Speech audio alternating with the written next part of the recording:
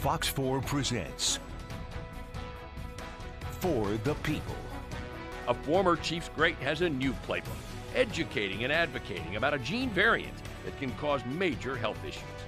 Art Still on his quest to help others learn about amyloidosis, V122Y, now on For the People. Back here on For the People, I'd like you to meet the generals leading amyloidosis. Hang on here, let me try this again.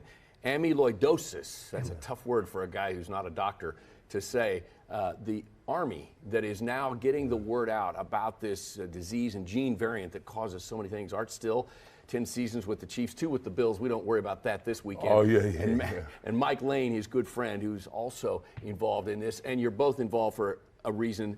Art, let's start with you. Yeah. Well, I'd like to start off by saying you said generals. I'm a buck private. He done moved up to a private. I just promoted you, though, because of the great work you're doing on this. And that's getting the word out because both of you have dealt with it yourselves. Tell us, you were diagnosed because of the NFL. Yeah, and that's one of the nice things, you know, being in the NFL, playing for the Chiefs, and then being part of another group of guys, the Kansas City Chiefs ambassadors, doing things within the community and all. But it was through the NFL and all. They have a program, a wellness program. Went down to Tulane Medical Center and all about a year ago in August, and I've been having issues all the time. I got AFib, carpal tunnel, both my shoulders been replaced, bicep tore, stenosis in the back, and all those things, even swelling my legs and all too. All those things I thought was just because of football and all. Yeah. And they did a diagnosis down there. They told me about a genetic disease called amyloidosis. And so when I came back up here, took the test. It was a real simple test, you know, a white swab, and found out I had it. Yep. And then, you know, just looking back, I look at my brother. My brother had heart transplant 10 years ago. His son had amyloidosis. He wound up passing away. It's very hereditary. Yes, yes, it runs in our family. Yeah. Yeah. Mike, you have the Irish version of the gene, right? Literally a different variant, but same kinds of issues. Different variant, but it leads to the same disease. Right. Still leads. We can throw up some of the diseases here. In fact, an example of some of those. Right. Tell us your story. Well, as well as Art, I had all the symptoms he had, and I was going doctor after doctor, and they were sending me specialists for this, specialists for that. Nobody was looking at the whole picture. And one of the major problems with amyloidosis is the doctors don't know about it, and the doctors aren't looking for it. So if they don't look for it, they're not going to find it. I mean, they just did a study at Harvard, it came out in May, that if the V122 variant, the one that affects the black population, was correctly diagnosed, it would add 1 million life years to the existing black population in the United States. So, you know, for me, in the Caucasian variant, it's 1 in 100,000 have it. In the black population, it's 1 in 25. So if the whole city of Independence was white, there would be 1 person. The bus that you ride from here to Independence, there'll be 2 people on it. Right. You know, so in the African American community. In the African American, it's the most predominant variant in our country. So you're advocating for not only educating doctors, physicians that treat patients, but also the general population for testing here. Yes. Art? We had an opportunity last week, and I mentioned the Kansas City Chiefs, the ambassadors. I'm part of that group, Bobby Bellion and a bunch of guys.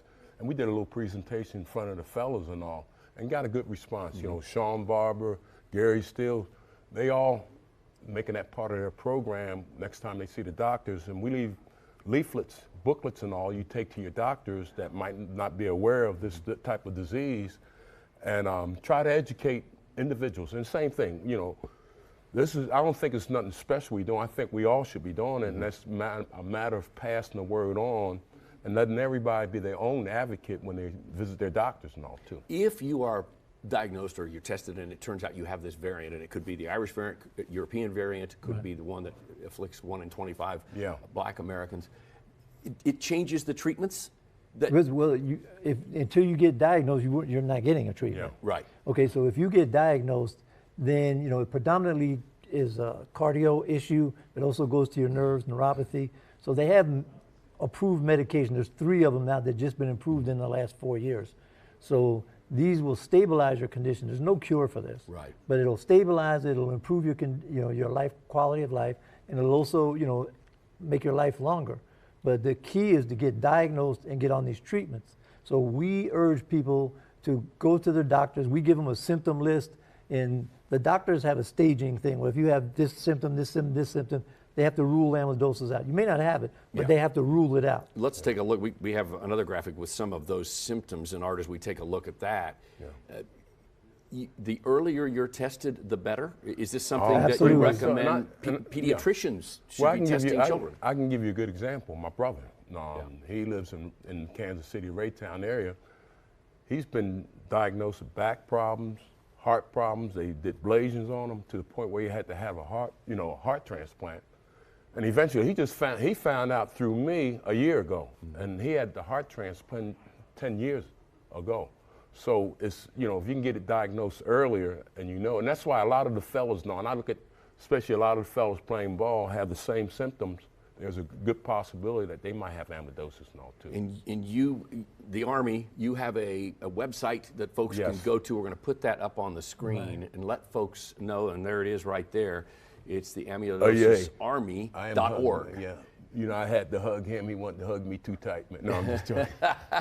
That looks good. You two look awful sharp there. Yeah. And this is a resource for folks to turn to for more information as they educate themselves, but also their physicians. And you got contact information, so feel free, because we're just trying to pass the word on, not just here in Kansas City, but, all over. And one of the major problems is most doctors don't know what amyloidosis is. So if they don't know what it is, they can't look for it. Right. So that's a major problem. That's in our website and also in our programs. We give a 4-page handout for people, and it's right on there. Take it with your doctor. The first 2 pages are symptoms. The patient can look at them and make a decision. The last 2 pages are diagnostic flow charts for the doctor, just in case he doesn't know what amyloidosis is.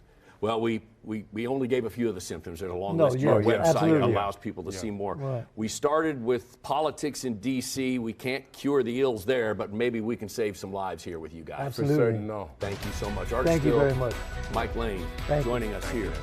Hope you'll join us again next week. It'll be another edition of For the People.